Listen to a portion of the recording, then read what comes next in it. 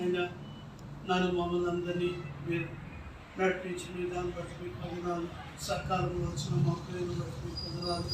కావాల్సిన వారిని కార్యవంతులు ఉన్న వారిని ఇంటి వద్ద వెళ్ళిన ఆనందాన్ని రెండు కాలం పుస్తకంలో కలిగిన వారిని కూడా త్వరపెట్టి నడిపించండి, సహాయం చేయండి. ప్రత్యేకమైన ఆయన మీ సన్నిధి మా మధ్యన ఉంచండి. ఎక్కడ ఇద్దరు ముగ్గురు మీ నామాలకు మేము మహిమపరుస్తూ వస్తారో వారి మధ్య నేను ఉంటానని సెలవిచ్చారు.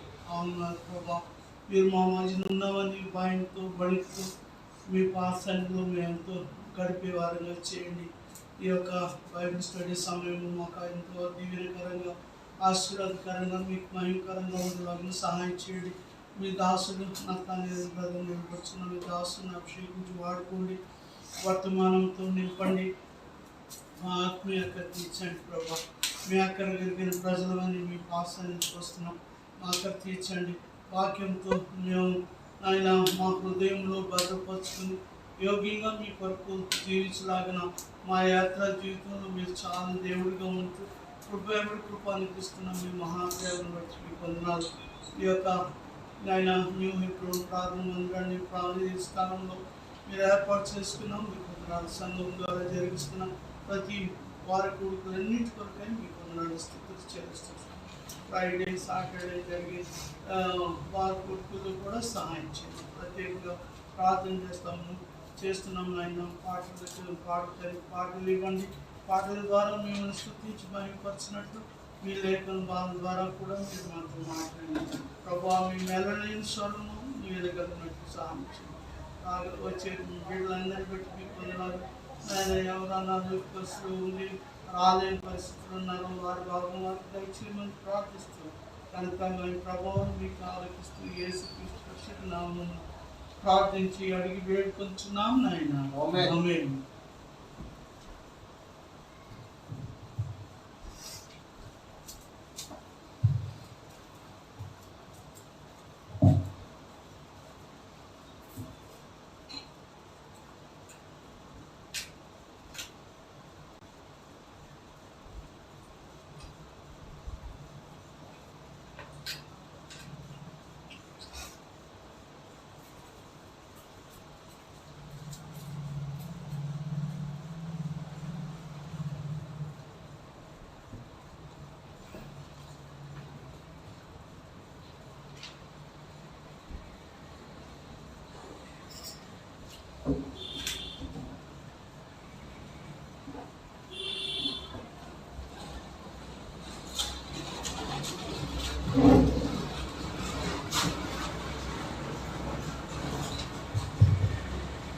సంఖ్య 468, పాచ్ ప్రతిలో 399. క్రీస్తుని స్వరము విందును ప్రభువే పలికినప్పుడు అని పాట. క్రీస్తుని స్వరము విందును ప్రభువే పలికినప్పుడు మాధుర స్వరమే అది, మెల్లని స్వరమే అది, మాధుర స్వరమే అది, మెల్లని స్వరమే అది. యెహోవా నీ స్వరము జలములపై వినబడెను. యెహోవా నీ స్వరము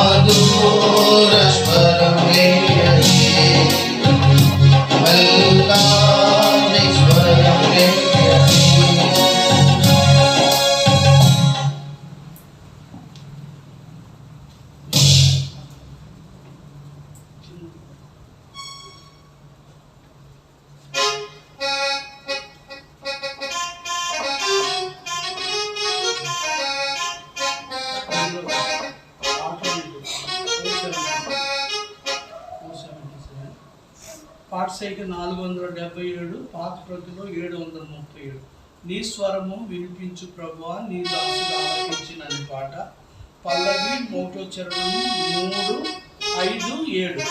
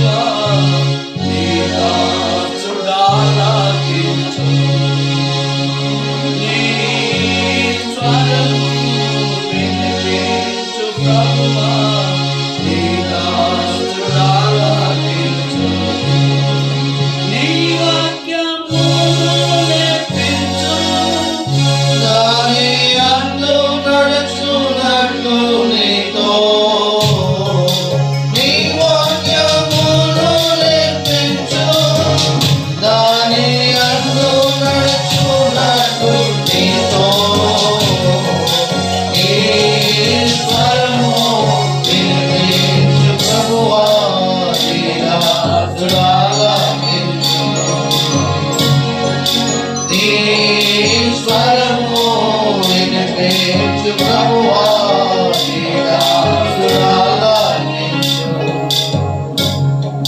హృదయమునే లేచి నీ స్వరము వినుతా నాకు ఎంతో మధురాము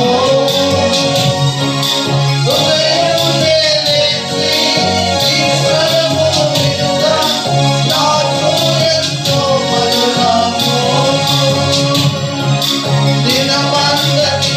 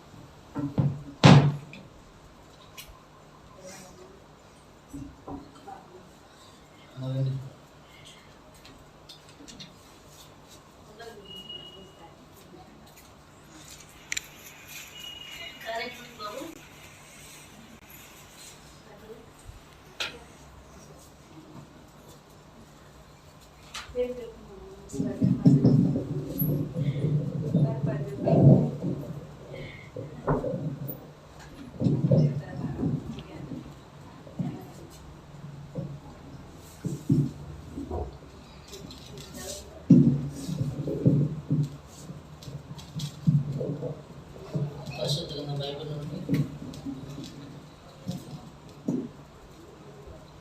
లేవియ కాండం 5వ అధ్యాయం మొదటి వచనం కలిసి చదువుకున్న మాట. లేవియ కాండం 5వ అధ్యాయం మొదటి వచనం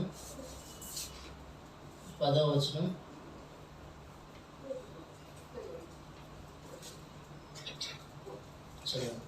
కలిసి చదువుకుందాం.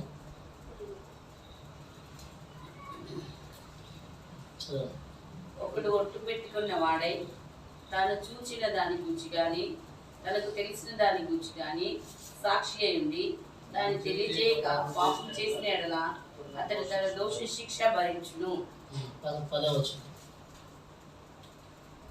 వీటి చొప్పున రెండవ దానిని దహన బలిగా ఇవ్వవలెను.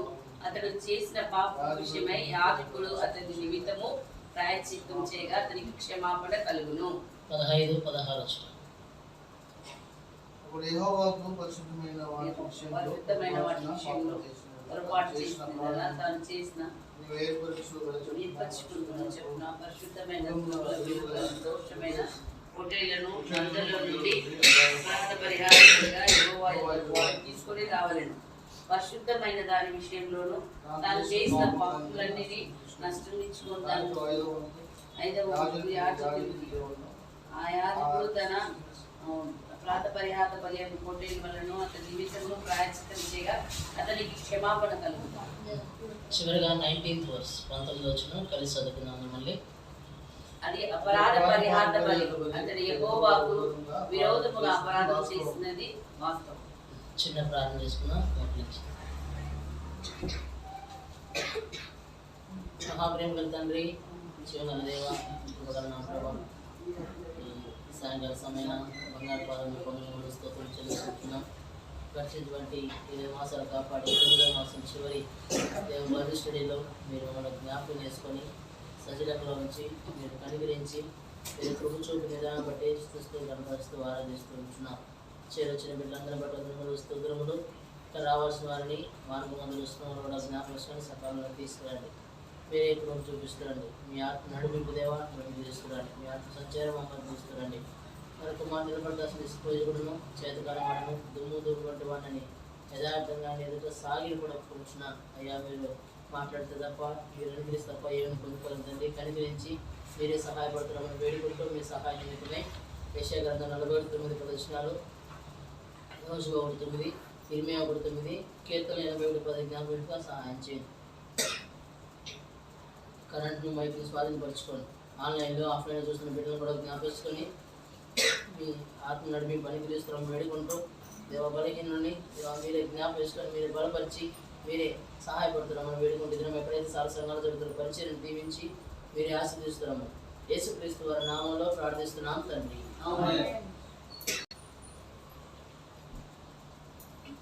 మనం బైబిల్ పైకెత్తి బైబిల్ పడుతున్నాం. పఠింప శ్రేష్ఠ గ్రంథం.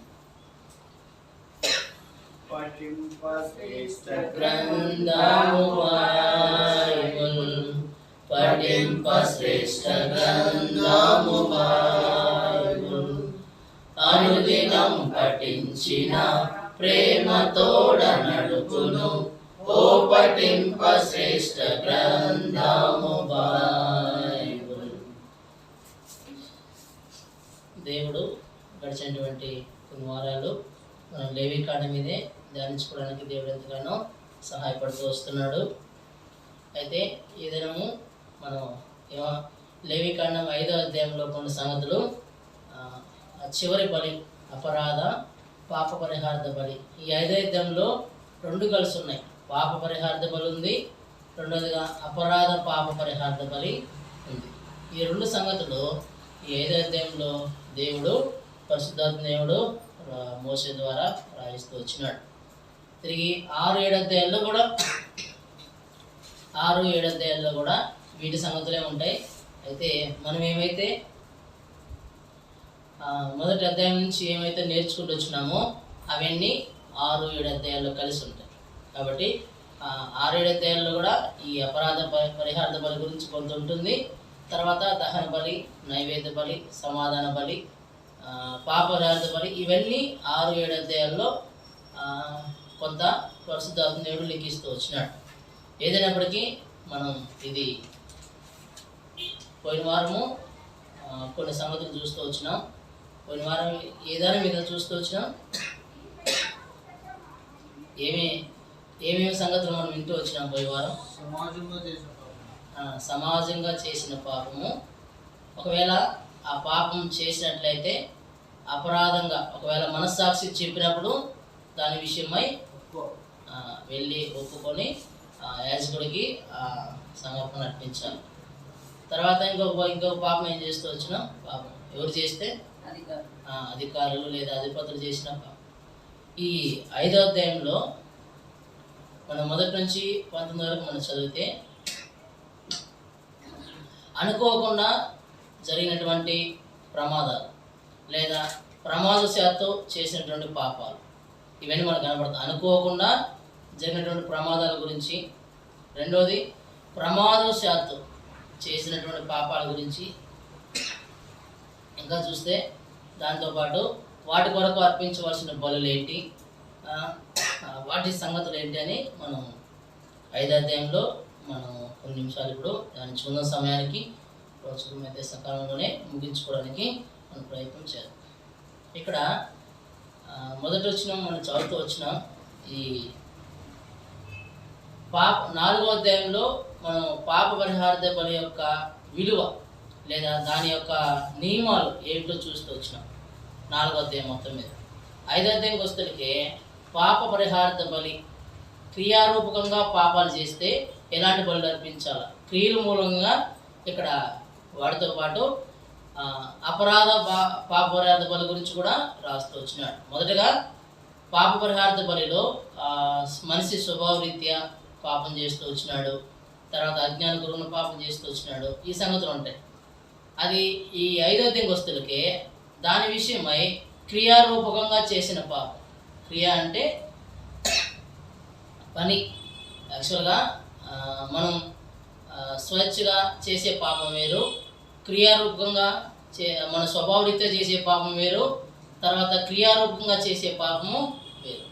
దాని విషయమై ఈ 5వ అధ్యాయంలో కొన్ని సంగతులు మనకు నేర్చుకున్నాం. ఇక్కడ కూడా పరిశుద్ధాత్మ దేవుడు ఈ లేవీ కాండం మొత్తం మీద మనకేమి నేర్పిస్తున్నాడంటే లేవీల గురించి, వారు అర్పించాల్సిన బలుల గురించి, యాజకుల గురించి, దాంతోపాటు వారు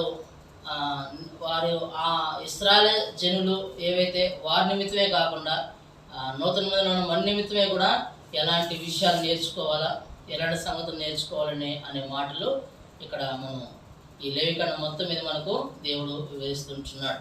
ఏదైనప్పటికీ నేను ఈ కాన్సెప్ట్ అంతా ఏంటంటే దేవుడు ఒకవేళ విరోధకరంగా దేవునికి వ్యతిరేకంగా పాపం చేస్తే, ఒకవేళ దేవునికి తిరుగుబాటు చేస్తే, పొరపాటున కావచ్చు, ఒకవేళ పాపం చేసినప్పుడు నేను రియలైజ్ అయ్యి పశ్చాత్తపడి మళ్ళీ ప్రభు దగ్గరికి రావాలి. దేవుడి ఉద్దేశం అదే. నేను ఒకవేళ ఏదో ఒక విధంగా పడిపోయి తప్పిన వారంగా ఉంటాం. అయితే దాని విషయమే రియలైజ్ కావాలి. రియలైజ్ అయిన తర్వాత మళ్ళా ప్రభు దగ్గరికి వెళ్ళినప్పుడు దేవుడు ఒక బలి, ఏదో ఒక మేకపిల్ల కానీ, గొర్రెపిల్ల కానీ, పావురం కానీ ఏదో ఒక బలి అర్పించి మళ్ళా యాజకుడి ద్వారా దేవునికి మనకు మధ్య క్షమాపణ తీసుకొచ్చేవాడుగా ఉంటాడు. ఆ విధంగా కాన్సెప్ట్ అదే కంటిన్యూ అవుతూ వచ్చింది.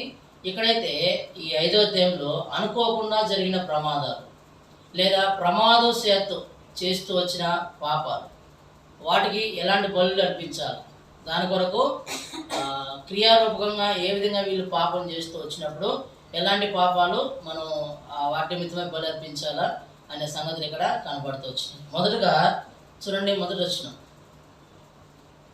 ఒకడు ఒట్టు పెట్టుకుని వాడై తాను చూసిన దాని గురించి కానీ తనకు తెలిసిన దాని గురించి సాక్షి చేయండి, దాన్ని తెలియచేయక పాపం చేసిన అతడు తన దోష శిక్షను భరించును. చాలు, ఇది చాలా క్లియర్గా రాయబడుతుంది అన్నమాట కదా. ఒకడు ఒట్టు పెట్టుకొని సంథింగ్ ఏదో ఒకటి ఏంటంటే తన కళ్ళ ముందు ఒకటి చూస్తూ వచ్చినాడు. తన కళ్ళ ముందు ఒకటి జరిగింది, అతనికి తెలిసింది. తెలిసడమే కాదు, దాన్ని చూశాడు.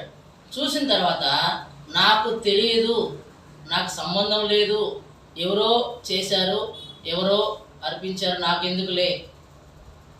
ఆ వచ్చిన మనతో ఒకసారి ఒకడు చూచిన ఎడలా ఒకడు ఒట్టు పెట్టుకుని వాడే తాను చూచిన దాని గురించి కానీ తనకు తెలిసిన దాని గురించి కానీ తాను చూసిన దాని గురించి కానీ తనకు తెలిసిన దాని గురించి కానీ ఒకవేళ తన ఎద్దకు వచ్చినప్పుడు ఈ వ్యక్తి నాకు తెలియదు అని అంటే దాని నిమిత్తమై ఖచ్చితంగా అర్పణ జరిగించే వారంగా ఉండాలి. ఇక రాయబడుతున్న మాట ఏంటంటే చాలాసార్లు నిజాయితీగా ఒప్పుకోవాలి. ఒకవేళ ఇక్కడ ఈ మాట ఏం నేర్పిస్తుందంటే యథార్థంగా నిజము ఉన్నట్టుగా ఒప్పుకోవాలి. ఒకవేళ నీ కళ్ళ ముందు చాలా జరుగుతుంటాయి, చాలా సంగతులు తెలుస్తుంటాయి. కొంతమంది నాకెందుకులే అనుకుంటారు, కొంతమంది నాకు సంబంధం లేదులే అనుకుంటారు, కొంతమంది ఎవరో చేస్తున్నారు నాకెందుకులే అనుకుంటారు. కానీ అలా కాదంట. నీ కళ్ళ ముందు ఏమైనా ఒక మిస్టేక్ జరిగితే, నీ కళ్ళ ముందు ఏదో ఒక అపరాధం ఏదో జరిగితే దాని విషయమై నువ్వు చూసినావు, దాని విషయమై నీకు తెలిసింది. తెలిసిన తర్వాత నోరు తెరిచి దాని గురించి నిజం ఉన్నట్టుగా మాట్లాడాలి. ఇప్పుడు మనం రాయబడుతున్న మాట చూడండి, యాకోబు 4వ అధ్యాయం 17వ వచనం. ఈ మాట ఇది లాస్ట్ వీక్ కూడా చూస్తూ వచ్చిన మాట. 17వ వచనం, 4వ అధ్యాయం 17వ వచనం చదువు. యాకోబు 4:17. కాబట్టి మేలైనది చేయనున్న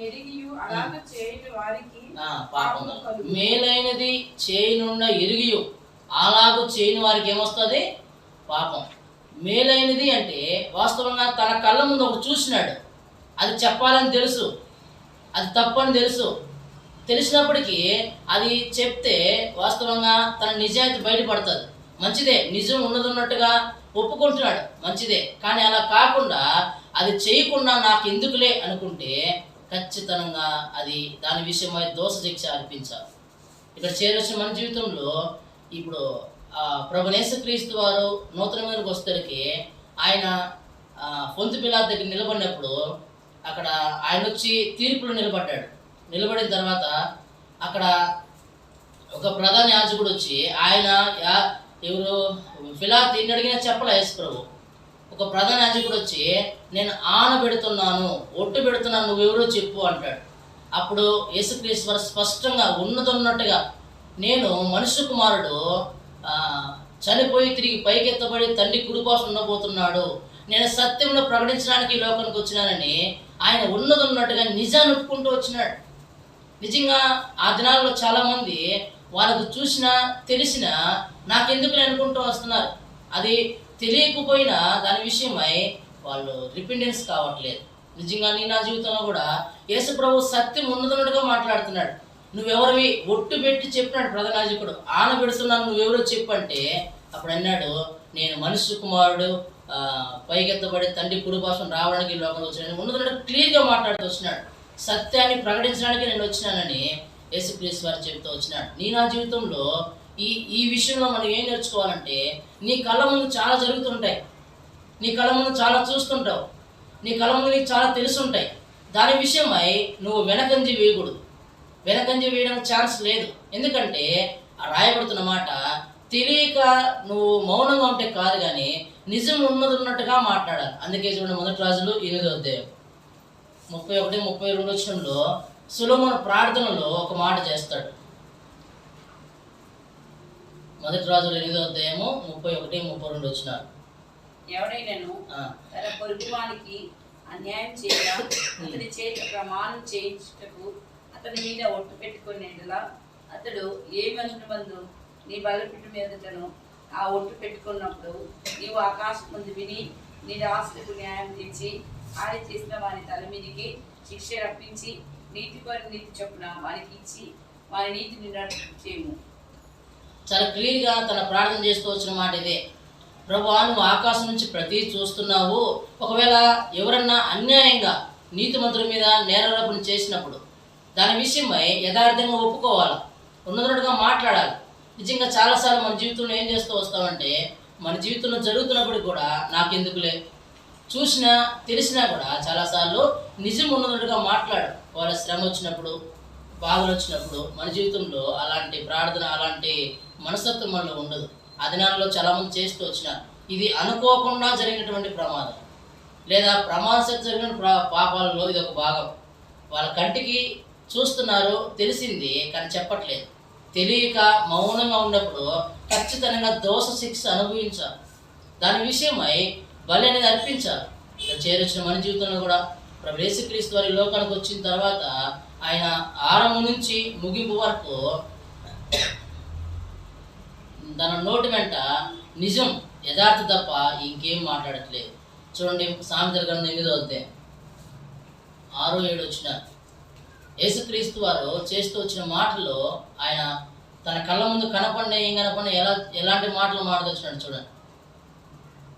8వ అధ్యాయము శ్రేష్టమైన సంగతులను చెప్పదని వినుడి, నా పెదవులు యథార్థమైన మాటలు పలుకును, నా నోరు సత్యమైన మాటలు పలుకును, దుష్టత్వము నా పెదవులకు అసహ్యము. చాలా క్లియర్గా రాయబడుతున్నమాట. నా పెదవులు ఏం చేస్తాయంట? యథార్థమైన మాటలు పలుకుతాయి. నా నోరు సత్యమైన మాటలు పలుకుతాయి. దుష్టత్వం నాకు అసహ్యం. ఇక్కడ చేరొచ్చిన మన జీవితంలో ఇది క్రియారూపకంగా జరిగిన పాపాల విషయమే మనం మాట్లాడుతున్నాం. క్రియారూపకంగా జరిగిన పాపాలు నీ కళ్ళ ముందు చూస్తున్నాను, మౌనంగా ఉన్నా కాదు. నిజంగా యేసు ప్రభు ఏం చేస్తూ వచ్చిన తన నోరు ఎల్లప్పుడూ సత్యమే మాట్లాడుతూ వచ్చింది. తన కంటికి కనపడిన, ఇప్పుడు దేవాలయంలో కూడా వాళ్ళు వ్యాపారం చేస్తున్నప్పటికీ ఆయన వచ్చి, ఇది నా తండ్రి ఎందుకు ఆలయాన్ని ప్రార్థనాలయం కాదు అది, ఎందుకు మీరు వ్యాపారటులుగా చేస్తున్నారని గద్దిస్తూ ఆయన క్లియర్ చేస్తూ వచ్చినాడు. ఇక్కడ చేరొచ్చి మన జీవితంలో నేర్చుకోవాల్సిన మాట, ఒకవేళ నీ కళ్ళ ముందు ఎవరన్నా ఏదన్నా జరుగుతున్నా చూస్తా మౌనంగా ఉండకూడదు. దాని విషయమై నీవు నేను నిజం, ఒకవేళ నీ దగ్గరకు వచ్చినప్పుడు నిజమే మాట్లాడాలి. యేసుప్రభు అది చేస్తూ వచ్చినాడు. ఒకవేళ ఆ ప్రధాన యాజకుడు అడిగినా, ఆయన ఒట్టు పెట్టుకుని అడిగినప్పుడు క్లియర్గా నేను సత్యాన్ని ప్రకటించడానికి వచ్చినాను. ఆరంభం నుంచి ముగింపు వరకు అదే పని ఆయన. అక్కడ చేరొచ్చి మన జీవితంలో, క్రైస్తవ జీవితంలో నీవు నేను ఉన్నదన్నట్టుగా మాట్లాడాలి. అది నిజమే మాట్లాడాలి. సగం అబద్ధం, సగం నిజం మాట్లాడడానికి ఛాన్స్ లేదు. అలాంటి మనస్తత్వం మనలోకి రాకూడదు. రెండో చూడండి ఒకసారి, అదే లేవికాండం 5వ అధ్యాయం 2-3 వచ్చినారు. మరియు అప్పుడు ఏ అపవిత్ర వస్తువునైనా ముట్టిన యెడల అది అపవిత్రమైన కళేబరమే గాని, అపవిత్ర పశు కళేబరమే గాని, అపవిత్రమైన ప్రాకిడి జంతువు కళేబరమే గాని, అది అపవిత్రమని తనకు తెలియకపోయినను అతడు అపవిత్రుడై అపరాధి. మనుషులకు తగులు అపవిత్రతలో ఏదైనాను ఒకరికి తెలియకుండా అంటిన యెడల, అనగా ఒకరికి అపవిత్రత కలిగిన యెడల, ఆ సంగతి తెలిసిన తర్వాత వాడు అపరాధి. ఇక్కడ ఈ 2-3 వచ్చిన మనకి ఏం అనిపిస్తుందంటే, ఒకవేళ శవాన్ని తగిలితే అది పాపం అంట. ఆ దినాల్లో ఖచ్చితంగా శవాన్ని తగిలి వచ్చినప్పుడు అది అపవిత్రంగా దాన్ని ఎంచబడుతుంది. ఒక మృతమైన కళేబరం కావచ్చు, మృతమైనటువంటి ఏమైనా జంతువు కావచ్చు, ఏదైనా చనిపోయింది కావచ్చు, లేదా ఒక శవం కావచ్చు, ఏదైనా నీ దగ్గరికి వచ్చినప్పుడు నువ్వు ఒకవేళ తగిలినావు అనుకో, ఆ టైంలోనే నీకు మాలిన్యం అంటుకుంటుంది. ఆ టైంలోనే నువ్వు శాపగ్రస్తులుగా చేయబడతావు. ఆ టైంలోనే నువ్వు అపరాధిగా చేయబడుతూ వస్తావు. కానీ దాని విషయమై నిన్ను నువ్వు పవిత్రపరచుకోవాలని దేవుడు కోరుతూ వస్తున్నాడు. ఇక్కడ వారి జీవితంలో మోషేతో ఏం మాట్లాడుతూ వస్తున్నాడు ఇశ్రాయేలు ప్రజలు, ఒకవేళ మీ జీవిత యాత్రలో ఏమైనా అపవిత్రమైంది, మృతమైంది ఏమైనా తగిలినప్పుడు, అది శవం కావచ్చు, జంతువుది కావచ్చు, మృత కళేబరం కావచ్చు, ఏదైనా కావచ్చు, కానీ దాని విషయమై మీరు ఏమైనా ముట్టినప్పుడు లేదా దాన్ని తగిలినప్పుడు అది ఆ టైంలోనే మిమ్మల్ని అది మలినం చేస్తుంది. ఆ టైంలోనే మీరు దానిని ఒకవేళ మీరు తెలియకుండా ముట్టినా కూడా అది పాపమే అంటున్నాడు. తెలియకుండా ఒకవేళ మనం చాలాసార్లు తెలియకపోయినా కొన్ని తగులుతుంటాం, కొన్ని తెలియదు, కొన్ని ఆ విషయాలు మనకు అర్థం కావు. కానీ దేవుడికి విరోధకరంగా ఇది ఈ మాట ఏంటంటే పవిత్రమైన ఆజ్ఞ గురించి మాట్లాడుతున్నాడు. కాబట్టి నువ్వు తెలిసైనా తెలియకైనా నీవు నేను చేస్తూ వచ్చినప్పుడు, అలాంటి మిస్టేక్ వచ్చినప్పుడు ప్రభు దగ్గరికి వచ్చి యథార్థంగా ఒప్పుకోవాలి. అందుకే చాలాసార్లు తెలియక చేస్తూ వచ్చినామన్న మాట. అందుకే చూడండి ఒకసారి కీర్తన 19వ అధ్యాయం 12వ వచనం, దీని విషయం ఇక్కడ రాయబడుతూ వచ్చిన మాట. 19వ అధ్యాయం 12వ వచనం,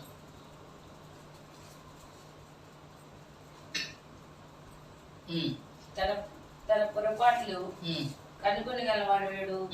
నేను రహస్యంగా చేసిన తప్పులు క్షమించి నిర్దోషిగా నేను రహస్యంగా చేసిన పొరపాట్లు నన్ను క్షమించి ఏం చేయాలా? నిర్దోషిగా ఎంచు.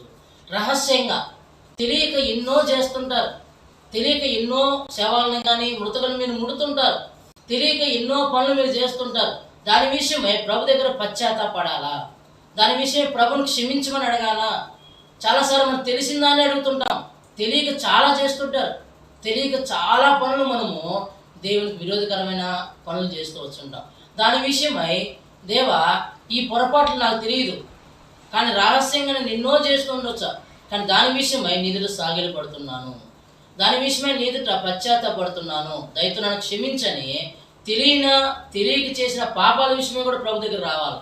మన జీవితంలో చాలాసార్లు తెలిసిన దాన్ని ఒప్పుకోవడమే కష్టం, తెలిసిన దాన్ని ఒప్పుకోవడమే కష్టం అవుతుంది, కానీ తెలియని దాన్ని ఎప్పుడు ఒప్పుకుంటాం? అందుకే కీర్తన 98లో నీ ముఖ కాంతిలో మా రహస్య పాపాలు, రహస్యంగా ఎన్ని చేస్తుంటామో కదా, రక్షించబడిన నాటి నుండి ఈనాటి వరకు కూడా ఎన్ని రహస్యంగా చేస్తుంటామో, ఎన్ని ఆ దినాలు అయితే కేవలం మృత కలబిరాలు శవాలు అయ్యే చెప్తూ వచ్చినాడు. వాటిని తగిలినప్పుడు మీరు మాలిన్యంగా చేయబడతారు, మీకు మాలిన్యం అంటుతుంది, కానీ ఆ క్షణమే తెలియక చేసిన పనులు ఇవి. కానీ పశ్చాత్తాపడండి. ఈ దినము ఈ సమయంలో మనం ఎన్నిసార్లు రక్షించబడిన నాటి నుండి ఎన్ని రహస్యంగా చేస్తుండొచ్చు, ఎన్ని దేవునికి వ్యతిరేకమైన పనులు చేస్తుండొచ్చు. దాని విషయమై కీర్తనగాడు 19:12 దేవా మా రహస్య పాపములు ఏవైతే ఉన్నాయో క్షమించు. క్షమించడమే కాదు, నన్ను నిర్దోషిగా ఎంచు. తెలిసింది మాత్రమే కాదు, రెండవదిగా నేను పవిత్రంగా ఉండాలంటే, నీవే పరిశుద్ధంగా ఉండాలంటే తెలియని పాపాల విషయం కూడా పశ్చాత్తాపడం దేవుడు కోరుతూ వస్తుంటున్నాడు. మొదటగా నిజాన్ని ఉన్నట్టుగా మాట్లాడాలి. రెండవదిగా నీ నా పవిత్రత కాపాడుకోవాలంటే నేను తెలిసిన దాని గురించి కాదు, తెలియని దాని గురించి కూడా ప్రభు దగ్గర బ్రతిమాలుకోవాలి. ప్రభువా ఏదో రహస్యంగా చేస్తూ వచ్చిన, ఎన్నో తెలియక చేస్తూ వచ్చిన, తెలిసి కాదు తెలియక ఎన్నో చేస్తూ వచ్చిన, దయచేసి క్షమించని మనం ఒప్పుకొని ఎలా ఉండాలంటే యథార్థంగా ఉండాలి. యథార్థంగా లేకపోతే నేను ప్రభుకు దృష్టిలో మనం ఎన్నిక చేయబడం. అందుకే బైబిల్లో మనం చాలాసార్లు చూస్తూ వచ్చినాము, పోయిన వారం కూడా గడిచిన నెలలు చెప్తూ వచ్చినాం. బైబిల్లో చాలామంది ఒప్పుకుంటూ వచ్చినారు, వారు చేస్తూ వచ్చిన పాపాల విషయమై ఒప్పుకుంటూ వచ్చినారు, కానీ ఒప్పుకున్న దాంట్లో నిజాయితీ కనపడలే. చాలామందిలో నిజాయితీతో ఉన్న ఆ ఒప్పుదల అనేది లేదు. మనకు తెలుసు నిర్గమకాండం 9:27 ఫరో చూడండి ఒకసారి అన్నమాట. వీళ్ళ జీవితంలో తెలిసి కాదు తెలియక చేసిన పాపాల విషయంలో కూడా వీళ్ళు ఒప్పుకున్న వీళ్ళ జీవితంలో మార్పు కనపడలేదు. 9:27 త్వరగా. అయితే ఇశ్రాయేలులో ఉన్న గోషెను దేశంలో మాత్రము వడగండ్లు పడలేదు. ఇది చూడగా ఫరో మోషే అహరోను పిలువనంపి నేను ఈసారి పాపం చేసి ఉన్నాను, యెహోవా న్యాయవంతుడు, నేను నా జనులు దుర్మార్గులను. ఈ మాట ఇక్కడ మోషే అహరోను పిలిపించి ఫరో అంటున్నాడు, అయ్యా వాస్తవంగా ఈ వడగళ్ళు ఇవన్నీ చూసి భయం వేస్తుంది మాకు, మా వల్ల కాదు, నీ ఎదుట నీ దేవుని ఎదుట నేను పాపం చేశాను, దయచేసి నాకు క్షమించి అన్నాడు. That is not real honesty.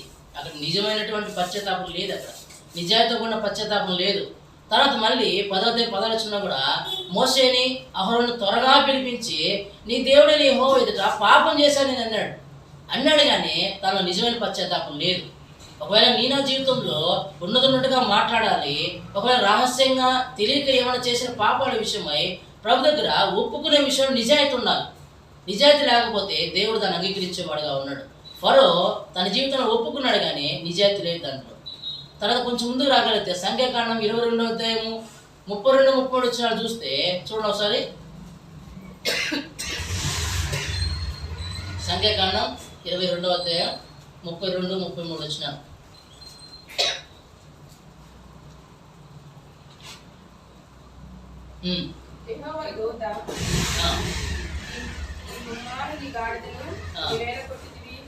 ఇదిగో నా ఎదుట నీ నడత విపరీతమైనది కనుక నేను నీకు విరోధి అయి బయలుదేరి వచ్చింది.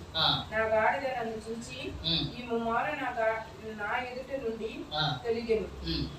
అది నా ఎదుటి నుండి తొలగినని ఎడల నిశ్చయముగా నేను ఇప్పుడే నిన్ను చంపి దాని ప్రాణమును రక్షించి ఇందునని అతనితో చెప్పెను. అందుకు బిలాము, నేను పాపము చేసితిని, నీవు నాకు ఎదురుగా త్రోవలో నిలుచుట నాకు తెలిసినది కాదు కాబట్టి. ఇక్కడ కూడా బిలాము గురించి బాగా తెలుసు. దేవుడు ఆచరించమని చెప్తే ఈ వ్యక్తిని శపించడానికి పోతూ వచ్చినాడు. దాని విషయమై ఈ వ్యక్తికి ఒక పాఠం నేర్పించడానికి మూగ గాడిదను ఓడుకున్నాడు దేవుడు. మూగ గాడిదను వాడుకొని అక్కడ ఆ వ్యక్తి ద్వారా గాడితో మాట్లాడితే తను చేసిన వెర్రితనం ఏదో తెలుసుకుంటాడని దేవుడు ఆ గాడి ద్వారా మాట్లాడితే ఏమంటున్నాడు, ఈ వ్యక్తి నిన్ను పాపం చేశానన్నాడు. మళ్ళీ 23వ అధ్యాయంలో సేమ్ మళ్ళీ రిపీట్ చేస్తూ వచ్చినాడు. ఇది కూడా నిజాయితీగా ఉన్న పశ్చాత్తాపం కాదు.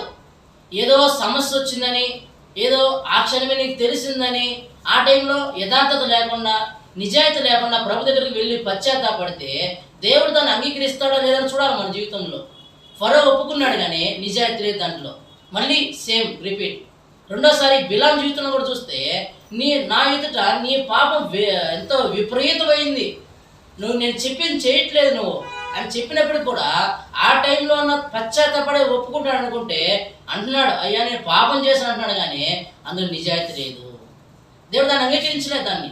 తర్వాత కొంచెం ముందు రాగలిగితే యోబు గ్రంథం 13వ అధ్యాయం 22-23 వచ్చినాడు చూస్తే యోబు అంటాడు, అయ్యా నా అతిక్రమము, నా దోషము, నా పాపము నీ ఎదుట ఒప్పుకొనుచున్నాను అన్నాడు. యోబు చేసిన ఆ ఒప్పుకోలు ప్రార్థన రియల్, ఖచ్చితంగా దేవుడు సన్నిధిలో ఒప్పుకున్నాడు. ఒప్పుకున్న ప్రార్థన దేవుడు జవాబిచ్చినాడు. నిజంగా తను చేసిన పాపం విషయమై ఒకవేళ తన జన్మతః తన వ్యక్తిగత జీవితంలో ఏదైతే పడిపోతొచ్చినాడు దాని విషయమై అయ్యా నా అతిక్రమమే కారణం, నా దోషమే కారణం, నా అపవిత్రతే కారణం అని ఒప్పుకున్నాడు. దేవుడు దాన్ని అంగీకరించినాడు. దేవుడు యోబు ప్రార్థన ఒప్పుకోలు ప్రార్థన అంగీకరించినాడు. అందులో నిజాయితీ ఉంది. తను ఉన్నట్టుగా ఒప్పుకుంటూ వచ్చినాడు. కొంచెం ముందు సౌలు జీవితం 14వ అధ్యాయం మొదటి సమయం చూస్తే సౌలు కూడా దేవుడు చెప్పిన ఆజ్ఞను అతిక్రమించి సమయం దగ్గర నేను యెహోవా ఎదుట పాపం చేశానంటూ వచ్చినాడు. కానీ అది కూడా నిజాయితీ లేదు. మళ్ళీ చెప్పి వాళ్ళ దగ్గరికి పోతూ వచ్చినాడు. మళ్ళీ వెర్రి వాళ్ళ దగ్గరికి వెళ్ళిపోతూ వచ్చినాడు. మళ్ళీ పాపం చేస్తూ వచ్చినాడు. దాని నిజాయితీ కూడా లేదు దాంట్లో. తర్వాత చూస్తే 2 సమూయేలు 11వ అధ్యాయం 12వ అధ్యాయం 12వ వచనంలో దైవజనుడు దావీదు ఒప్పుకోలు ప్రార్థన. నిజంగా ఆ మనుషులు నువ్వే పాపం చేసినావు అని నాతో వచ్చి మాట్లాడినప్పుడు యథార్థంగా హానెస్ట్గా నేనే ఆ మనుషుడను, నేనే ఆ పాపం చేశానని ఒప్పుకున్నాడు. దానికి పర్యవసరమే కీర్తన 51వ అధ్యాయం. ఆయన చేసినటువంటి ఆ ప్రార్థన ఒప్పుకోలు ప్రార్థన దేవుడు అంగీకరిస్తూ వచ్చినాడు. నిజంగా ఇక్కడ అపవిత్రమైన దాన్ని, మృతకలపిన దాన్ని, ఏదో ఒకటి తెలియని దాన్ని రహస్యంగా చేసిన దాని విషయమైన పశ్చాత్తాపడితే ఒకవేళ ఒప్పుకోగలిగితే నిజంగా ఒప్పుకున్నప్పుడు దాని విషయమై దేవా రహస్యంగా లేదా పబ్లిక్గానే చేసిన పాపాలను ఎదుట ఒప్పుకొనిచున్నాను, నిర్దోషిగా నన్ను ఎంచు అని ఒకవేళ యథార్థంగా నువ్వు అడిగితే నిజంగా దేవుడు యోబు వలె అంగీకరిస్తాడు. రెండోదిగా దావీదు వలె అంగీకరిస్తాడు. ఇంకా మనం నూతన మీద రాగలిగితే తప్పోయిన కుమారుడు చాలా క్లియర్గా చేస్తూ వచ్చినాడు. తండ్రి పరలోకముకు విరోధంగాను నీకు వ్యతిరేకంగాను నేను పాపం చేస్తూ వచ్చినాడు. లోకస్వార్త 15:23 వచ్చినాడు. క్లియర్గా ఒప్పుకున్నాడు. తప్పు తెలుసుకున్న తర్వాత దాని విషయం ఒప్పుకున్నప్పుడు దేవుడు ఆ వ్యక్తిని కనికరించినాడు. తండ్రి ఆదరించినాడు. తండ్రి అప్పును చేర్చుకున్నాడు. తండ్రి ఆ వ్యక్తిని దగ్గరికి తీసుకు ఓకే క్షమిస్తూ వచ్చినాడు. ఆ వ్యక్తిలో నిజాయితీ ఉంది ఒప్పుకున్న దాంట్లో. తర్వాత కొంచెం ముందు రాగలిగితే మత్తయి సువార్త 27వ అధ్యాయంలో ఇస్కరియోతు యూదా తన లిమిట్స్ క్రాస్ అయిన తర్వాత ఒప్పుకుంటూ వస్తున్నాడు. దేవుడి సన్నిధిలో ఒప్పుకున్నాడు కానీ పశ్చాత్తాపడ కానీ ఛాన్స్ లేదు. అప్పటికే డీగ్రేడ్ దాటిపోయినాడు ఆ వ్యక్తి. చేసిన అవకాశాలన్నీ వదులుకున్న తర్వాత లాస్ట్లో నేను పాపం చేశాను, నిర్దోషిని అప్పగించినాను, దయతో క్షమించాను కానీ నిజాయితీ లేదు ఆ వ్యక్తిలో కూడా. చూడండి ఆడ 7-8 మంది ఒప్పుకుంటూ వచ్చినారు. వారిలో చూస్తే దావీదు, యోబు, తప్పిన కుమారుడు వీళ్ళు మాత్రమే అంగీకరించబడుతూ వచ్చినారు. ఎందుకంటే వాళ్ళలో నిజాయితీ ఉంది, వాళ్ళలో యథార్థత ఉంది. వాళ్ళు చేసిన దాని విషయమై రహస్యంగా చేసిన దాన్ని ఏదైతే పబ్లిక్గా చేస్తూ వచ్చినారో ప్రైవేట్గా చేస్తూ వచ్చి దాని విషయమై ప్రభు దగ్గర పశ్చాత్తాపడినప్పుడు దేవుడు కనికరించి వాళ్ళని క్షమించినట్టుగా చూస్తున్నాం. ఇక్కడ లేవికాండం 5వ అధ్యాయం 2-3 వచనాల్లో మనకు కనబడుతున్న మాట అదే. ఒకవేళ నువ్వు పవిత్రమైన ఆజ్ఞ మీకు ఏంటంటే రహస్యంగా మృతకలేపాన్ని మీరు తగిలిన లేదా రహస్యంగా ఒక శవాన్ని తగిలిన దాని విషయమై పాపం మీరు చేశారు, పొరపాటు మీరు చేశారని మీకు మనస్సాక్షి చెప్పినప్పుడు యథార్థంగా ఒప్పుకొని ప్రభు దగ్గర రావాలి. కీర్తన 19:12 ప్రకారం, దేవా నీదుట నా పొరపాట్లు కనుగొడవాడేవాడు, దేవా నీదుట రహస్యంగా నేను పాపం చేస్తూ వచ్చిన, నన్ను నిర్దోషిగా ఎంచు. చాలా క్లియర్గా ఖరాఖండిగా తన స్థితిని ఒప్పుకుంటూ వస్తున్నాడు. ప్రియమైన సోదర, మన జీవితంలో ఎలాంటి ఒప్పుకోలు మనం చేస్తున్నాం దేవుని దగ్గర? మీరు బాగా గమనించారో లేదో, మొదటి మూడు అధ్యాయాల్లో ఇంపైన పరిమళ వాసన ఆ మూడు కనబడుతూ వచ్చినాయి. పాప పరిహార బలిలో కానీ ఈ అపరాధ పరిహార బలిలో రెండిట్లో ఇంపైన సువాసన లేదు. దహన బలి, నైవేద్య బలి, సమాధాన బలి, ఈ మూడిట్లో ఇంపైన సువాసన ప్రభు కనపడింది. కానీ కాన్సెప్ట్ ఏంటంటే ఆ 3 రకాల బలిల్లో మొదటగా బలర్పించాల, తర్వాత ఒప్పుకోవాలా. మొదట బలర్పించి తర్వాత ఒప్పుకోవాలా.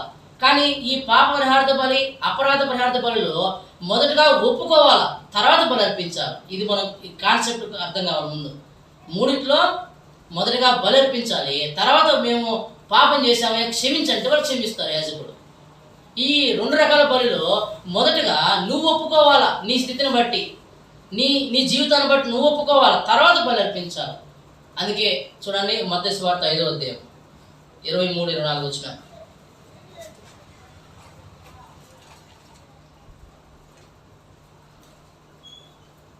ఏం చేయాలంటే మొదట అర్పణ అర్పించక ముందు ఇది అపరాధ బలికి నిదర్శనం. ఇది మత్తయి సువార్త 5వ అధ్యాయం యేసుక్రీస్తు వారు చెప్తూ వచ్చిన మాట 23-24 వచ్చిన, నీవు బలిపీఠం వద్ద అర్పణముగా అర్పించుచుండగా నీ మీద నీ సహోదరునికి విరోధం ఏమైనా కలదని అక్కడ నీకు జ్ఞాపకం వచ్చిన ఎడల అక్కడ బలిపీఠం ఎదుటనే నీ అర్పణను విడిచిపెట్టి మొదట వెళ్ళి నీ సహోదరునితో సమాధానపడు.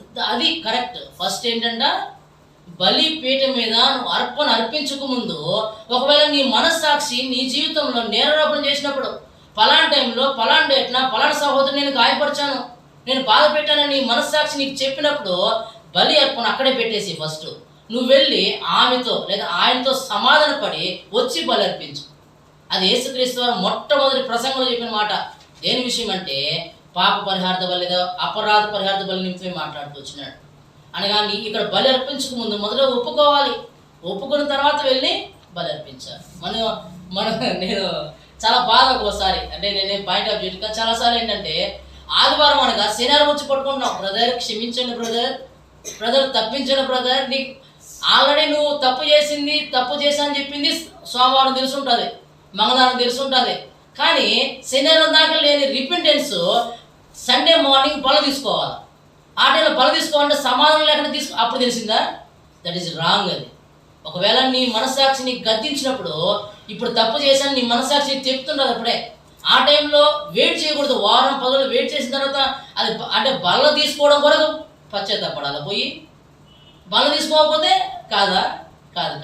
ఇక రాయబడుతున్న మాట ఏంటంటే, నా తలంపు ఏంటంటే, మన జీవితంలో మొదటగా నీ జీవితంలో నేరారోపణ నీ మనస్సాక్షి చూపించినప్పుడు వేరే అన్న లేదా అక్క విషయంలో వెళ్ళి పశ్చాత్తాపడు. ఫస్ట్ ఒప్పుకో, బ్రదర్ నేను టూ మచ్ మాట్లాడినాను, క్షమించాను. బ్రదర్ ఒకవేళ నేను తప్పు చేశాను, క్షమించాను. మొదటిగా ప్రభుతో నువ్వు సమాధాన పడాలి, తర్వాత వచ్చి నీ సహోదరుతో సమాధాన పడాలి. ఈ 2 పడాలంటే మొదట ఒప్పుకోవాలి. ఒప్పుకోకుండా ఇదేం జరగదు. ఇక్కడ బలి అర్పించక ముందు నువ్వు వెళ్ళి ఫస్ట్ పశ్చాత్తాపడు, తర్వాత వచ్చి బలి అర్పించు. నాకు నీ బలి ఎవరు కావాలా? బలి తర్వాత విషయం. ఫస్ట్ నీకే సమాధానం లేదు, నీ కుటుంబంలో సమాధానం లేదు, నీ ఇంట్లో సమాధానం లేదు, నీ సంఘంలో సమాధానం లేదు. నువ్వు వచ్చి నాకేం అర్పిస్తావు? నువ్వు వచ్చి ఏడేం పాటలు పాడతావు? నువ్వు వచ్చి ఏం వాక్యం చెప్తావు? నువ్వు ఫస్ట్ నీకే లేనప్పుడు నాకేం ఇతరులకేం చెప్పగలుగుతావు? దాని విషయం ఇక్కడ మాట్లాడుతున్న మాట. ప్రియమైన సహోదరుడు, ఒకవేళ మృత కళేబరాన్ని లేదా శవాన్ని ఏదో దాన్ని నువ్వు తగిలినప్పుడు నీకు మలినం అంటుతుంది. ఒక రహస్యంగా అది తెలియజేసిన పాపాలు. దాని విషయమై నువ్వు కానీ పశ్చాత్తాపడగలిగితే దేవుడు క్షమించి ఆయన బలి అంగీకరించేవాడుగా ఉన్నాడు. మన జీవితంలో మొదటిగా చేయాల్సిన పని నిజాయితీగా ఉన్నట్టుగా మాట్లాడాలి. ఫస్ట్ నీ కంటికి కనపడిందా, నీ కళ్ళకు చూసినావా, దాని విషయం నిజం మాట్లాడు. బ్రదర్ నిజమే, నేను కూడా చూశాను అన్నాడు, చేశాడు, తప్పు అలా చేయకూడదు అని నిజాయితీగా మాట్లాడాలి. ఎందుకంటే క్రైస్తవ జీవితము మత్తయి సువార్త 5వ అధ్యాయం ఉంది 37వ వచనం కిందే ఉంటుంది. ఎలా ఉండాలంటే విశ్వాసి మీ నీ మాట మాట అవునంటే అవును, ఆ. కాదంటే కాదు. అది క్రైస్తవ జీవితంలో ఉండాల్సిన మాట. నీవు నేను ఎలా ఉండాలా? అవునంటే అవును, కాదంటే కాదు.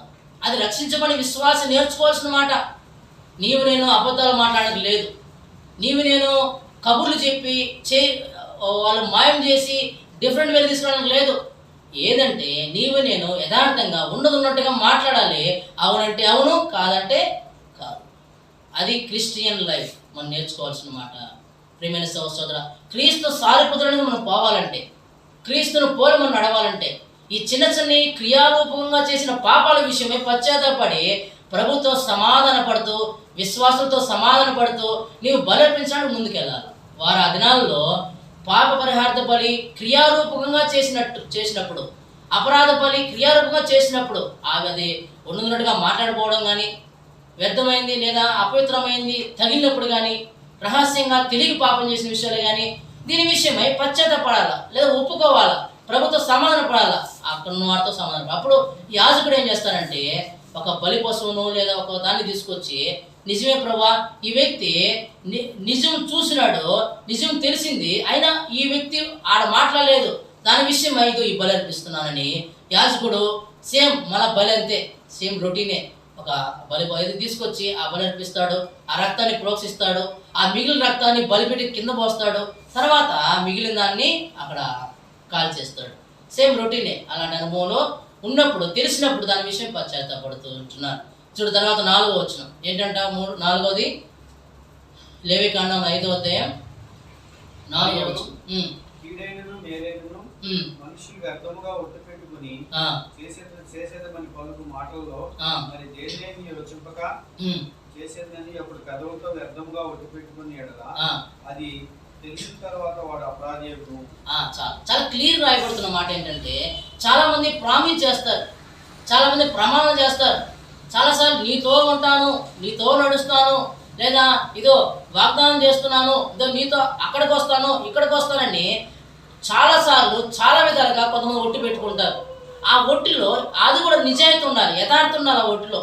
నిజంగా ఇక్కడ దాని విషయమై ఒకవేళ నేను ఫర్ సపోజ్ రేపు నీతో వస్తాను బ్రదర్, ఫలానా స్టేషన్కి, ఫలానా ప్లేస్కి, ఫలానా వస్తాను బ్రదర్ అన్నప్పుడు ఒకవేళ నువ్వు దాని సమయం సిద్ధపరచుకొని మాట ఇచ్చావు కాబట్టి మాట ప్రకారం వెళ్ళాలి అక్కడికి. లేదు ఆ టైంలో ఒకవేళ వ్యర్థంగా లేదా వ్యతిరేకంగా లేదా నాకు సమయం లేదని అని వెళ్ళిపోతే ఆ విషయం నీకు తెలిసినప్పుడు నిజమే కదా, ఫలానా బ్రదర్కి నేను మాట ఇచ్చానే, ఫలానా బ్రదర్కి నేను వాగ్దానం చేశానే, ఫలానా టైంలో నేను ఇది చేస్తూ వచ్చినానే, నేను పోకపోతే ఎట్లా, అది తప్పు కదా, అది పాపం కదా అని నీకు తెలిసినప్పుడు ఆ టైంలో పశ్చాత్తాపడం కోరుతూ వస్తుంటున్నాడు. వాస్తవంగా మనకు బాగా తెలుసు, న్యాయాధిపతులు 11వ అధ్యాయంలో యుఫ్తా ఏం చేస్తాడు? ఒట్టు పెట్టుకుంటాడు. ఒట్టు పెట్టుకుని ఏమంటాడు? నువ్వు కానీ వీరిపైన జయం నాకు ఇస్తే నా ఇంటి ద్వారం నుంచి ఎవరైతే వస్తారో వారిని బలర్పిస్తానని ఒట్టు పెట్టుకుంటాడు దేవునితో. అదే టైంలో ఎవరు వచ్చారు? తన కుమార్తె వచ్చింది. దాన్ని నిజాయితీగా ఓటుని ఏం చేశాడో నెరవేరుస్తూ వచ్చినాడు. అనుకున్నది అన్నట్టుగా ఆ మాట నెరవేర్చుకుంటూ వచ్చినాడు. తన ఆ టైంలో ఎంత వేదన ఉండొచ్చు, తను ఎక్స్పెక్ట్ చేస్తుంటాడా నా కుమార్తె వస్తుందని, తను ఊహించుంటాడు. కానీ నేను ఇచ్చింది మాట ఎవరికి? దేవునికి. యెహోవా దూతకు నేను మాట ఇచ్చాను కాబట్టి ఆయన మాట నేను నెరవేర్చుకోవాలని ఉన్నట్టుగా ఆడ వచ్చిన వెంటనే తర్వాత ఒక 2 months గ్యాప్ ఇచ్చిన తర్వాత ఏం చేస్తూ వచ్చినాడు? బలి అర్పిస్తూ వచ్చినాడు. నూతన మీదకి వస్తేకి పేతురు ఉన్నాడు.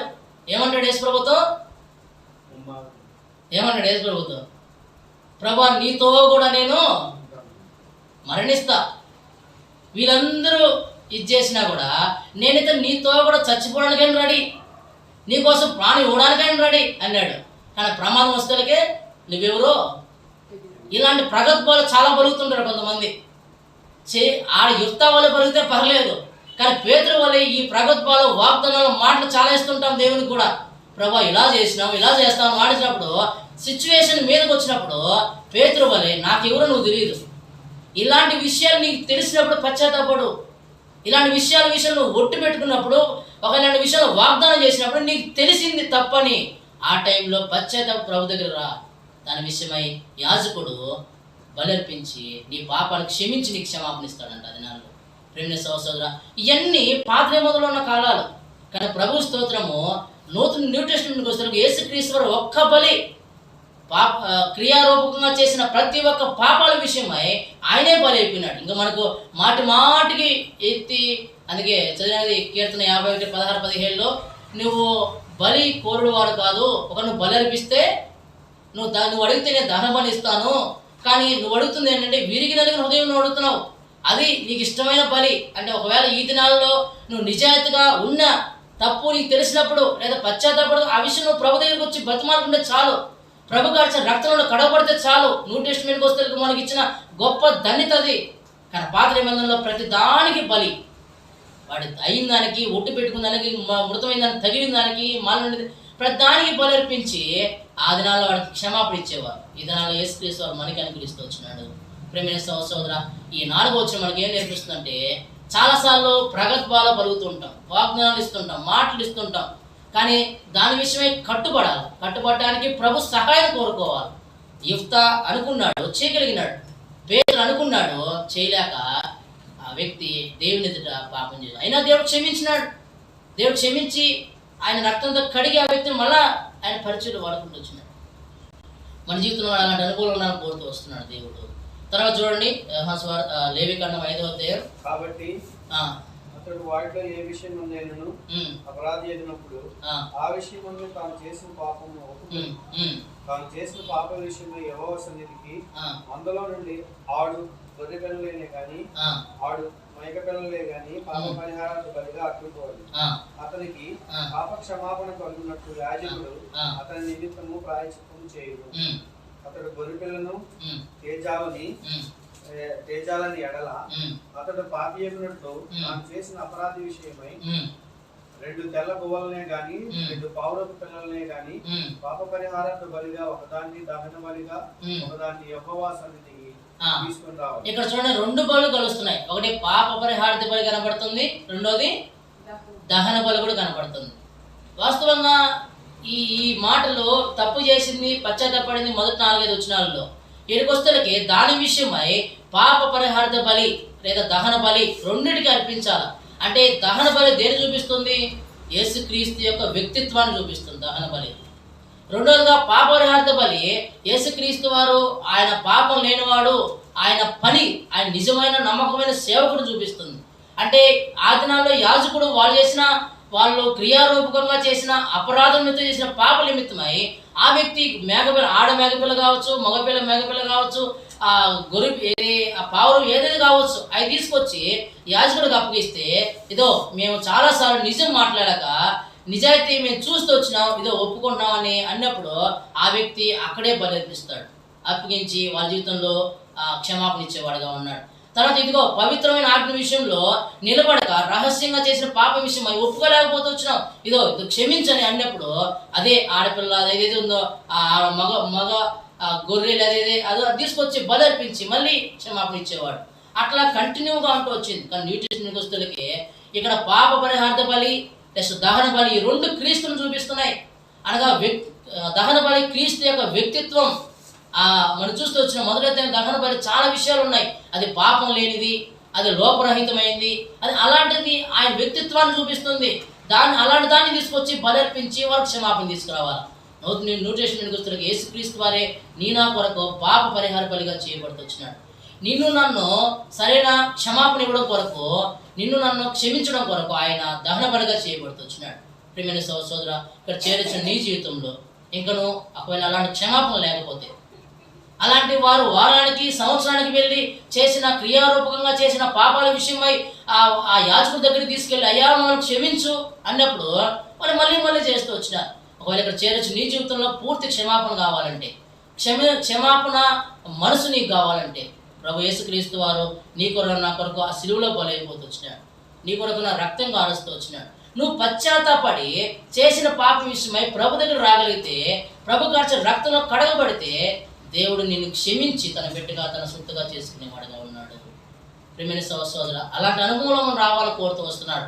ఈ ఏదైతే తీసుకొచ్చినారో దాన్ని మళ్ళా సేమ్ 9 వచనాలలో ఆ రక్తాన్ని 7 సార్లు చూడండి. ఒకసారి 9 వచనమా 5-9 అతడు యాజకుని యొక్క వాటిని తెచ్చి తర్వాత అతడు పాప పరిహారమైన దాన్ని మొదట అర్పించి దాని మెడ నుండి దాని తలను నలుపవాలి.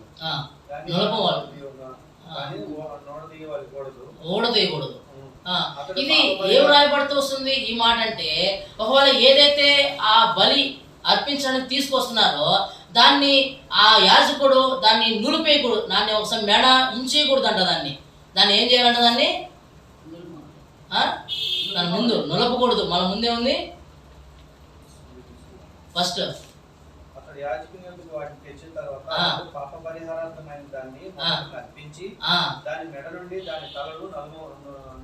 మెడ నుండి తలను అది వేరు చేయకూడదు అంట. అది ఆ మెడకు తల ఉండాలా, ఖచ్చితంగా మెడ మీద తల ఉండాల్సిందే. దాన్ని నులిపి పక్కన పెట్టకూడదంట. అది ఎప్పుడైతే దాన్ని రక్తం వచ్చిన తర్వాత దాన్ని ప్రోక్షించాలి. అంటే దీన్ని ఏం చూపిస్తుంది అంటే, ఇక్కడ యేసుక్రీస్తు వారు సూచనగా సాక్షాత్తు ఆయన గురించే మాట్లాడుతుంది. యెషయా గ్రంథం 53వ అధ్యాయం చూడండి 5-6 వచనాలు చాలా క్లియర్గా వీళ్ళు క్రియారూపకంగా చేసిన పాప నిమిత్తమై యేసుక్రీస్తు వారు ఏ విధంగా బలి వచ్చిన ఆ మాట రాయబడుతూ వచ్చింది అక్కడ 5-6 వచనాలు యెషయా గ్రంథం. మన అతిక్రమ క్రియలను బట్టి అతడు గాయపరచబడెను, మన దోషములను బట్టి నలగొట్టబడెను, మన సమాధానార్థమైన శిక్ష అతని మీద పడెను, అతడు పొందిన దెబ్బల చేత నీకు నాకు స్వస్థత కలుగుతుంది. మన అతిక్రమంలో వాళ్ళు 1వ వచనం నుంచి 6వ వచనం వరకు వారి క్రియారూపకంగా అతిక్రమించిన పాపాల విషయమై యాజకుడు ఆ బలి అర్పించడానికి దాన్ని తల నులిపేయలేదు, దాన్ని విరచలేదు. ఆ తల మెడ మీద ఉండాల్సిందే. ఉన్నప్పుడు ఆ రక్త వచ్చి కట్ చేసిన తర్వాత రక్తాన్ని తీసుకొచ్చి బలిపీఠం మీద పోస్తున్నాడు. ఆయనకు అర్థం దేని చూపిస్తుంది అంటే, అది యేసుక్రీస్తు వారు గుర్తు. నిజంగా యేసుక్రీస్తు వారు ఆ కలువరి శిలువలో నా అతిక్రమితమై గాయపరచబడుతూ వచ్చినాడు. ఆయన నలగొట్టబడుతూ ఇక్కడ వేరు కాలేదు. ఆయన శరీరంలో ప్రతి ఒక్క భాగం మనకు తెలుసు. యెషయా గ్రంథంలో ఆయన ఎముక ఒకటైనను విరగలేదు అంట. యేసుక్రీస్తు వారు అంత క్రూరమైన శిలువలో బలైపోయినా ఆయన ఏ పార్ట్ తన శరీరంలో ఉన్న ఏ పార్ట్ వేరు చేయలేదు. ప్రతి ఒక్క పాట ఆయనకు అరికాలం వరకు అట్నే ఉంటూ వచ్చింది. అనగా నీ కొరకు నాకు అతిక్రమం ఆయనే గాయపరచబడుతూ వచ్చినాడు, ఆయనే నలగొట్టబడుతూ వచ్చినాడు, ఆయనే సమాధానమైన శిక్ష మనకి ఇవ్వడానికి, ఆయనే స్వస్థత ఇవ్వడానికి ఆయనే శిలువలో బలవుతూ వచ్చినాడు. సోదర, ఇది అతిక్రమ నిమిత్తమై ఆనాడు యాజకుడు వాళ్ళ నిమిత్తమే చేసిన బలి. ఈనాడు ప్రధాన యాజకుడు యేసుక్రీస్తు వారు నీ కొరకు నా కొరకు ఆ విధంగా బలవుతూ వచ్చినాడు. నీవు నేను ఇలాంటి ప్రేమ గల దేవుని హృదయంలో చేర్చుకోవాలి. ఆయన కొరకు నమ్మకంగా జీవించాలి. ఏనాడు పాప పదార్థ బలి లేదా దహన బలి అనగా యేసుక్రీస్తు యొక్క వ్యక్తిత్వము లేదా పాప పదార్థ బలి అంటే ఆయన చేసిన పని, నమ్మకమైన సేవకుడుగా ఆ బలి ఎట్ట అవుతూ వచ్చినాడు, ఆ రెండు గుర్తుగా ఆయన ఏ విధంగా వచ్చి అలాంటి వ్యక్తి నీ కొరకు నా కొరకు శిలువలు అర్పించబడుతూ వచ్చినాడు. ఇక్కడ చేరొచ్చు నీ జీవితం రక్షణ మారుమనసు లేకపోతే యేసుక్రీస్తును సంపూర్ణంగా అంగీకరించాలని కోరుతూ వస్తుంటున్నాడు. చూడండి 15-16 చదువుకొని మనం ముగించుకుందాం. 15-16 వచ్చినాడు. ఒకడు యెహోవాకు పరిశుద్ధమైన వాడి విషయంలో పొరపాటున పాపం చేసిన యెడల తాను చేసిన అపరాధమునకు నీవు ఏర్పరచు వెలచొప్పున పరిశుద్ధమైన పొలముల విలువ గల నిర్దోషమైన పొట్టేలును అందులో నుండి అపరాధ పరిహారార్థ బలిగా యెహోవా యొద్దకు వాడు తీసుకొని రావాలి. పరిశుద్ధమైన దాని విషయంలో తాను చేసిన పాపము వల్లని నష్టం నిచ్చుకొని దానితో 5వ వంతు యాజకునికి ఇవ్వాలి. ఆ యాజకుడు అపరాధ పరిహారార్థ బలియకు పొట్టేలు వలన అతని నిమిత్తము ప్రాయశ్చిత్తము చేయగా అతనికి క్షమాపణ కలుగుతుంది. ఇక్కడ 11వ వచనం నుంచి అపరాధ పాప పరిహారార్థ బలి స్టార్ట్ అవుతుంది. 11 నుంచి ఇక్కడ చూస్తే 10 నుంచి కూడా అపరాధంగా చేయబడిన పనుల గురించి, 11 నుంచి అపరాధ పాప పరిహారార్థ బలి గురించి మనకు ఆరంభించబడుతుంది. ఇక్కడ 15, 16, 17 వచనాల్లో ఏం రాయబడుతూ వస్తుందంటే, ఒకవేళ నిన్ను బట్టి లేదా నన్ను బట్టి ఇతరులకు ఏమన్నా నువ్వు నష్టపరిహారం చెల్లిస్తే లేదా నష్టాన్ని కలిగిస్తే ఇది కూడా దేవుడి సన్నిధిలో పాపమే. ఒకవేళ నన్ను అందుకే చాలాసార్లు ప్రభువా నేను ఇతరులకి ఎక్కడ ఆటంకరంగా ఉండకూడదు, ప్రభువా నేను ఇతరులకు గాయపరచకూడదు అంటుంటాను చాలాసార్లు. ఇక్కడ రాయబడుతున్న మాట, ఒకవేళ నిన్ను బట్టి ఇతరులకు ఏమన్నా ఆటంకం కలిగితే దాని విషయమై నష్టపరిహార బలి అర్పించాలా, నష్టపరిహారం అర్పించాలి. అందుకే చూడండి లోకాసువార్త 19వ అధ్యాయం ఇక్కడ జక్కయ్య ఒక మాట అంటాడు క్లియర్గా దాని విషయమై. 7వ వచనమా చూడండి, లోకాసువార్త 19వ అధ్యాయం.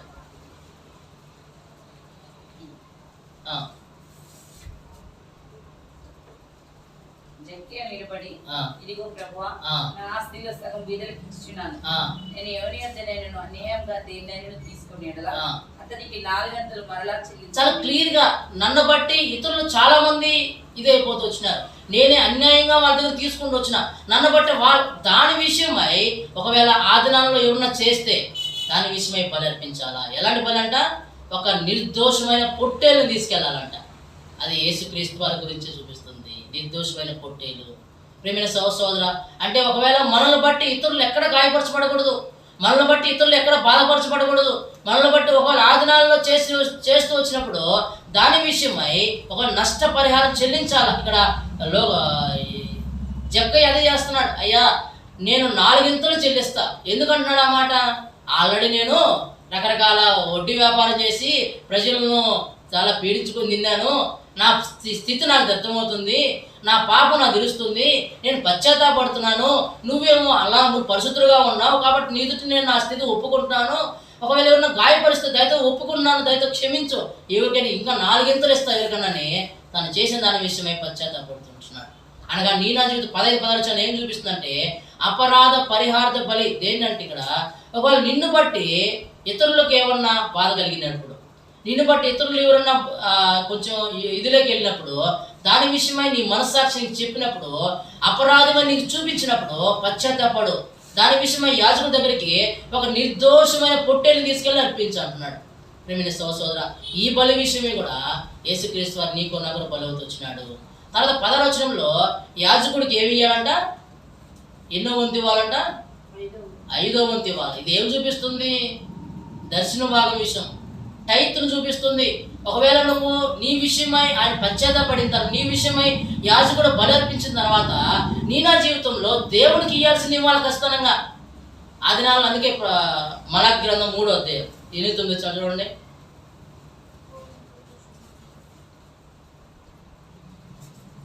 8-9 వచ్చినారు.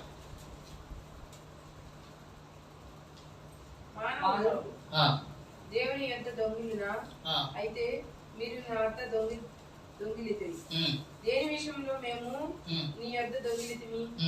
మీరందరూ 10వ భాగము ప్రతిష్టాపనమును ఇయ్యక దొంగిలితిరి. చాలా ఇక్కడ టైత్ గురించి మాట్లాడుతున్నాడు దేవుడు. ఆనాడు వాళ్ళందరి నిమిత్తమై యాజకుడు అర్పించినప్పుడు 5వ వంతు అక్కడ సమర్పించాలి.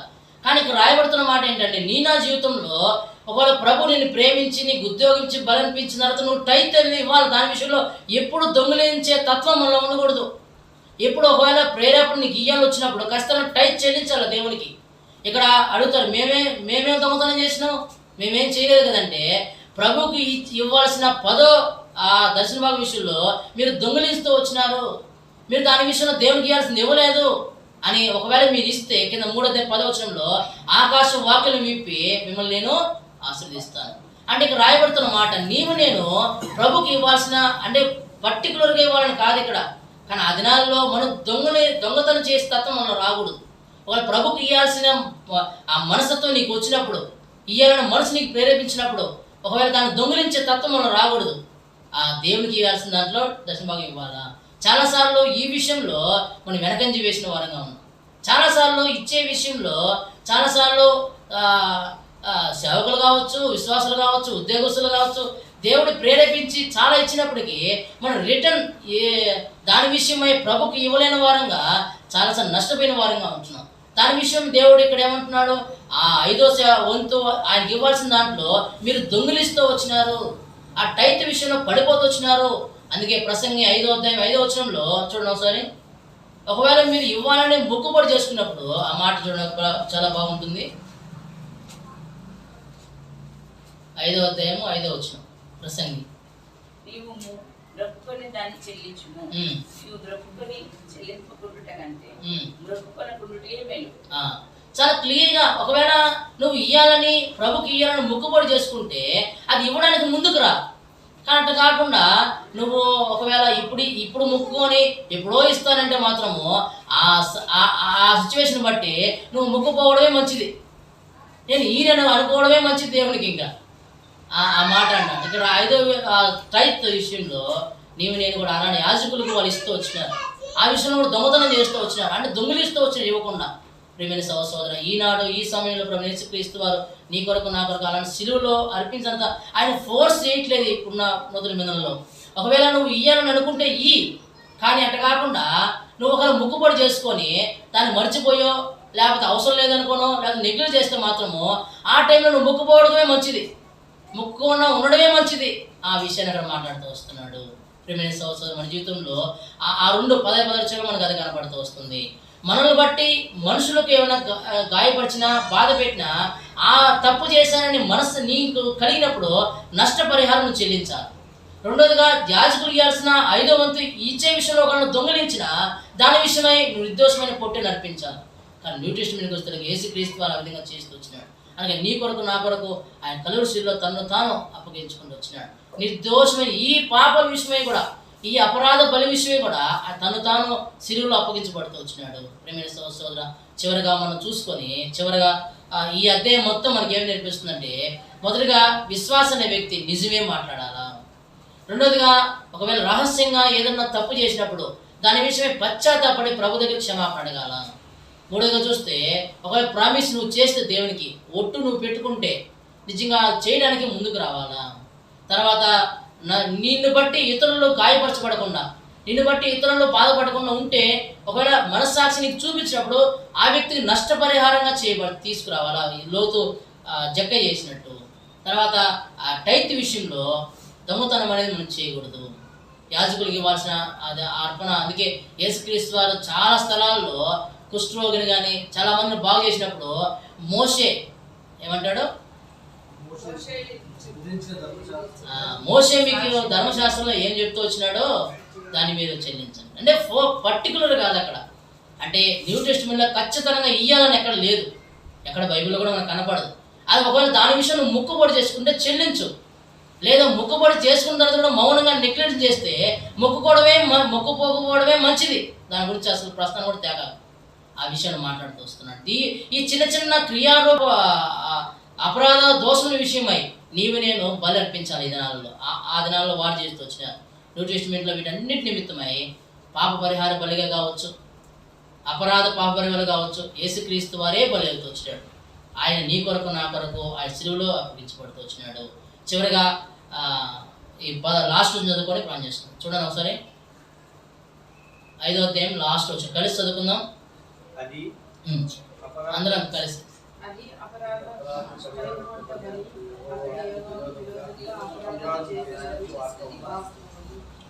ఈ అధ్యాయం అంతా మనకి ఏం నేర్పిస్తుందంటే, మొదటగా పశ్చాత్తాపం నిజాయితీతో ఉండాలి. రెండోదిగా అతిక్రమం చేయకుండా, అపవిత్రత లేకుండా నువ్వు పరిశుద్ధంగా జీవించాలి. మూడోదిగా దేవుని క్షమాపణను దినదినం కోరుకోవాలి. ఈ అధ్యాయం మొత్తం మనం నేర్పిస్తున్న మాట. మొదటిగా పశ్చాత్తాపం నీలో హానెస్టీ ఉండాలా. రెండోది అతిక్రమం లేదా అపవిత్రత అనేది నువ్వు దానికి దూరంగా ఉండాలా. మూడోది దేవుని క్షమాపణ, దాన్ని దినదినం నువ్వు కోరుకోవాలి. ఆ దినం వాళ్ళైతే అర్పించి కోరుకునేవారు. ఇది అందుకే మనకు 6వ వచనము, 9వ వచనము, 13వ వచనము, 18వ వచనం అన్నింటిలో యాజకుడు అర్పించిన తర్వాత వారికి ఏమొచ్చింది, క్షమాపణ వచ్చిందని రాయబడి. కాబట్టి ఇందులో దేవుని క్షమాపణను దినదినం కోరుకోవాలి. అయితే చివరిగా సంపూర్ణంగా నిన్ను నీవు ప్రభుకు లోపరుచుకోవాలి. ఈ 4 ఈ బలిలో మనకు అర్థమవుతున్నాయి. పశ్చాత్తాపం ఉంది, అపవిత్రతకు దూరంగా ఉండాలి, దేవుని క్షమాపణ దినదినం కోరుకోవాలి. మూడోదిగా నిన్ను నీవుగా ప్రభుకి లోబడుకోవాలి, అంటే లోబడి జీవించాలి దేవునికి. ఈ 4 సంగతులు ఇక్కడ కనబడుతూ వచ్చింది. కనుక అలాంటి అనుభవంలో ఒకవేళ నీ జీవితంలో ప్రభు కొరకు అలాంటి తీర్మానం తీసుకొని ప్రభు సన్నిధిలో చిన్న చిన్న మిస్టేక్స్ తెలిసి కావచ్చు, తెలియక కావచ్చు, రహస్యంగా కావచ్చు, పబ్లిక్గా కావచ్చు, ఏవైతే తెలిసినప్పుడు దాని విషయమై నీ నా పశ్చాత్తాపము రియల్గా ఉండాలి. ఏదో అన్న అనుకుంటాడు బాధపడతాడేమో, అక్క బాధపడుతుందేమో, అన్నంలో బాధపడతాడు, ఈ ఉద్దేశం కాదు. నీ మనస్సాక్షి నీకు చూపించినప్పుడు పలానా విషయంలో పశ్చాత్తాపడి ఒప్పుకోవాలి. ఫరో యథార్థత లేదు, బిలాం యథార్థత లేదు, సౌలు యథార్థత లేదు, ఇస్కరియోతు యథార్థత లేదు. ఒప్పుకున్నారు కానీ యూజ్లెస్ అయిపోయింది. కానీ తప్పు మాట కావచ్చు, యోబు కావచ్చు, లేదా దావీదు కావచ్చు, వీళ్ళు యథార్థంగా ఒప్పుకున్నారు, దేవుని కనికరాన్ని పొందుకుంటూ వచ్చినారు. అక్కడ మన జీవితంలో ఈ మిగతా 3 రకాల బలులు, మొదటిగా అర్పణ, తర్వాత ఒప్పుకోలు.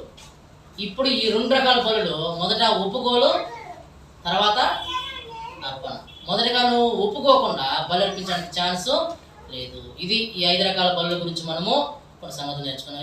6, 7 అధ్యాయాలు కేవలం 4 రకాల బలులు ఏవైతే ఉన్నాయో ఇవన్నీ 6, 7 అధ్యాయాల్లో బ్రీఫ్గా వివరించాడు. మళ్ళీ ప్రస్తుతం అయితే ఒక వీక్లోనే దాన్ని క్లోజ్ చేసుకుందాం.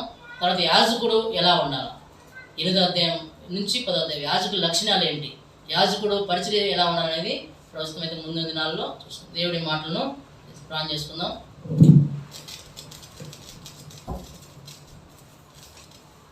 మహాప్రేమ గల తండ్రి, జీవగల దేవ, కృపగల నా ప్రభా, సాయంకాల సమయన వందనములు స్తోత్రం చెల్లిస్తుంటాం. ఇంతవరకు దేవా మరి వైద్యులు సహాయపడుతూ వచ్చినారు. అందుని బట్టి స్తుస్తూ కనపరుస్తూ ఆరాధిస్తూ ఉంటున్నాం. మీ ప్రేమను బట్టి, మీ నమ్మకత్వాన్ని బట్టి వందనములు స్తోత్రములు.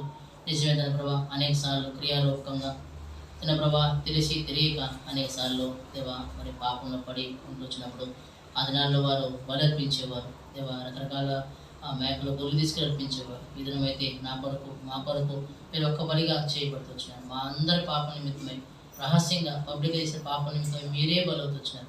అందుని బట్టి స్తుస్తూ కనపరుస్తూ ఆరాధిస్తూ ఉంటున్నాం. అయ్యా జ్ఞాపకం చేసుకొని మీ ఎదుట యథార్థ ఉన్న పశ్చాత్తాపం కలిగి అపవిత్రతకు దూరంగా తన ప్రభావ మరి మీ క్షమాపణ దినదినం కోరుకుంటూ మీకు లోబడి జీవించట్టుగా మీరు సహాయించండి. తీర్మానాన్ని మీరు స్థిరపరిచి బలపరుస్తున్నాండి. మిగిలిన సమయం దీవించి ఆశించని వేడుకుంటూ చేరువచ్చిన బిడ్డలందరిని బట్టి వందనముల స్తోత్రం చెల్లించుకుంటూ దేవా తిరిగి నైట్ ప్రయాణ విషయంలో కూడా మీరు కావాల్సిన కృపను గ్రహిస్తున్నాండి. బలహీన దేవ మీరు బలపరిచి దేవ సహాయపడుతూ వచ్చినారు. నిజంగా మీరు నిలబెట్టారు కనుక నిలబడుతూ వచ్చినారు. దాని ప్రభావ కనికరించి మీరే దేవా రేపు ప్రయాణ విషయంలో కూడా మీరు మార్గాలు సరళం చేసి క్షేమంగా వెళ్ళి తిరిగి సకాలంలో మన రాగళ్ళు కూడా సహాయపడుతున్నామని ఘనతామని చెల్లిస్తూ చేర్చిన బిడ్డలందరిని బట్టి పేరు పేరున దీవించి మీరు ఆశీర్వదిస్తారమని యేసుక్రీస్తు వారి నామంలో ప్రార్థించడం వేడుకుంటున్నాం తండ్రి. మన తండ్రి దేవుని ప్రేమ, కుమారుడైన యేసుక్రీస్తు వారి కృప, పరిశుద్ధాత్మ సహవాసం చేరొచ్చిన మనకు సకల పరిస్థితులకు సదాకాలం తోడు నడిపించిన గాక. Praise lord.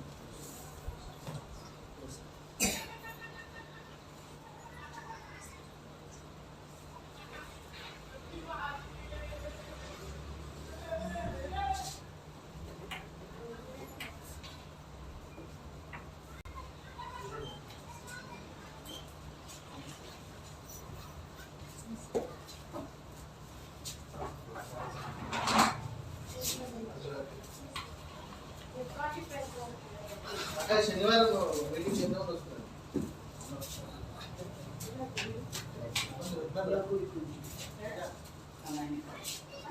చందు ప్రియ